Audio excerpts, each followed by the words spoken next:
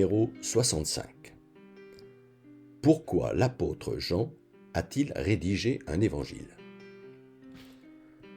Dans mes écrits précédents, j'ai montré comment, sur ces vieux jours, l'apôtre Jean avait rectifié, l'air de rien, 2 points fondamentaux de la mission de Jésus que les 3 autres évangélistes avaient édulcorés.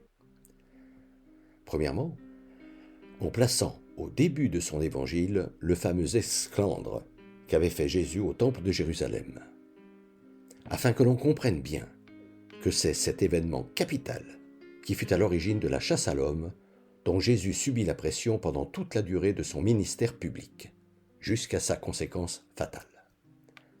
Les autres évangélistes, qui n'en avaient pas saisi la gravité, l'ont placé un peu n'importe où dans leur récit.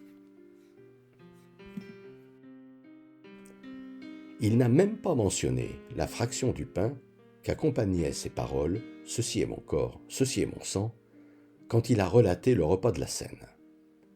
Pour qu'il soit clair que Jésus avait prononcé sa bénédiction particulière non une seule fois lors de son dernier repas, mais de multiples fois.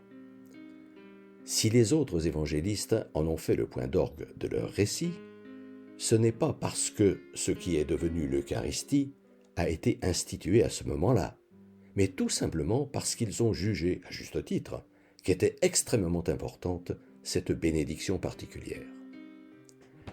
Mais il est d'autres raisons pour lesquelles Jean entreprit d'écrire à son tour un évangile sur le tard de sa vie.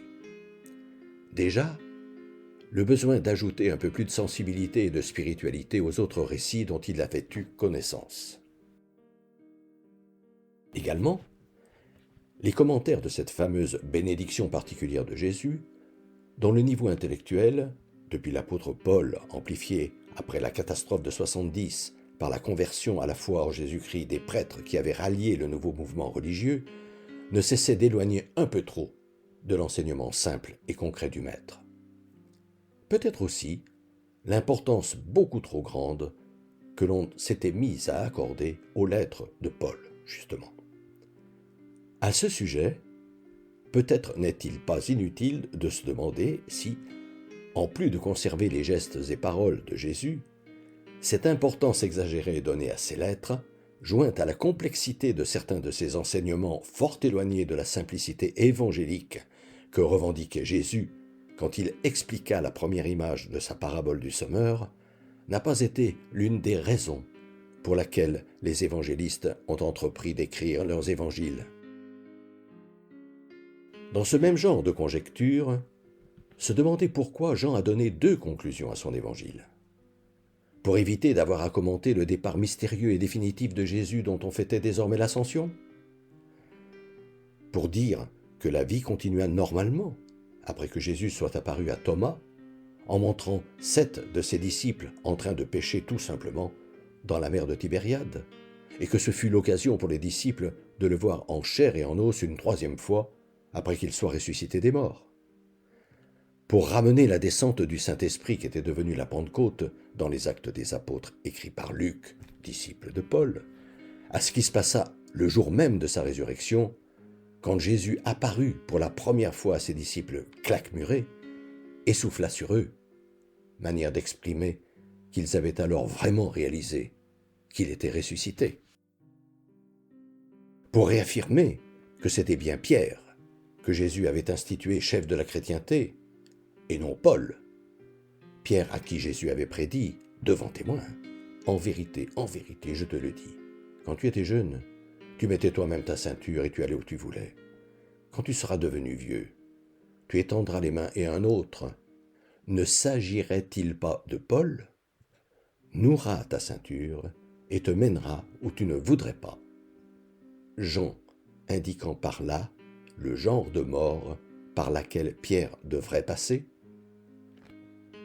Parce que les actes des apôtres étaient devenus avant tout les actes de Paul. Parce que la part donnée aux lettres de Paul dans le Nouveau Testament était bien trop belle, comme je l'ai avancé plus haut. Autant de raisons, non traditionnelles donc déraisonnables, qu'auront vraisemblablement quelques difficultés à admettre celles et ceux qui se sont consciencieusement laissés formater par l'enseignement qu'ils ont reçu. Ce qui est normal, tellement il est difficile de remettre en question ses acquis. Quand, soudain, me saute à l'œil un texte que Jean a placé au tout début du chapitre où il raconte les circonstances dans lesquelles Jésus a réanimé son ami Lazare, mort depuis 4 jours. Il y avait un homme malade, Lazare, de Béthanie, village de Marie et de sa sœur Marthe.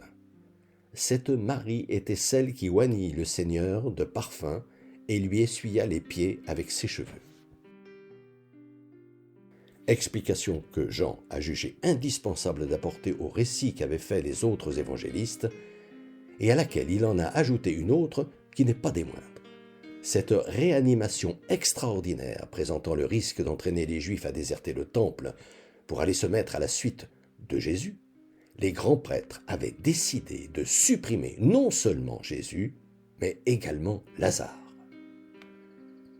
Ce qui confirme bien que Jean, lorsqu'il a écrit son évangile, n'avait pas pour intention d'en écrire un de plus, mais de préciser, par des compléments d'information discrets, ce que les 3 autres évangélistes avaient rapporté de ce qui leur avait été dit. Dans le cas présent, afin qu'il soit clair que celle qui oignit le Seigneur de parfum et lui essuya les pieds avec ses cheveux était bien Marie, une ex-femme de mauvaise vie, bien que sœur de Lazare, un pharisien riche mais lépreux, dont Jésus n'avait pas hésité à faire son ami.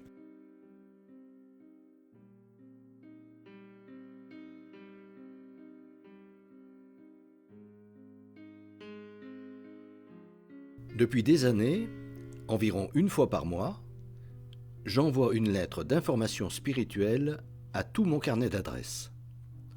Le thème du moment est, depuis janvier 2019, « Être chrétien, ça veut dire quoi ?»